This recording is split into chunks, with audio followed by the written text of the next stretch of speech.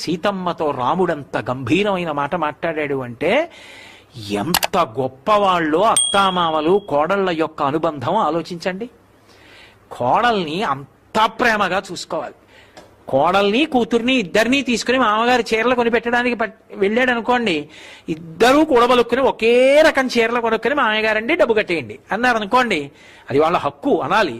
అంటే కదా మురిపం. ఇద్దరిది 1000 రూపాయల చీరలే అయినా కూడా 2000 ఇచ్చి ₹1 పైన పెట్టి ఇది మా కోడల చీరకి అని చేయాలి. కోడలకి 1001 రూపాయి చీర, కూతురికి 1000 రూపాయల చీర.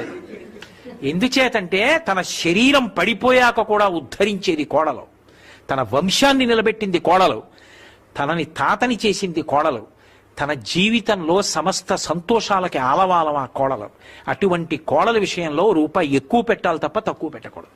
కూతురు కన్నా కోడలు గొప్పది. నేను చెప్పట్లేదు ఈ మాట, శాస్త్రాలు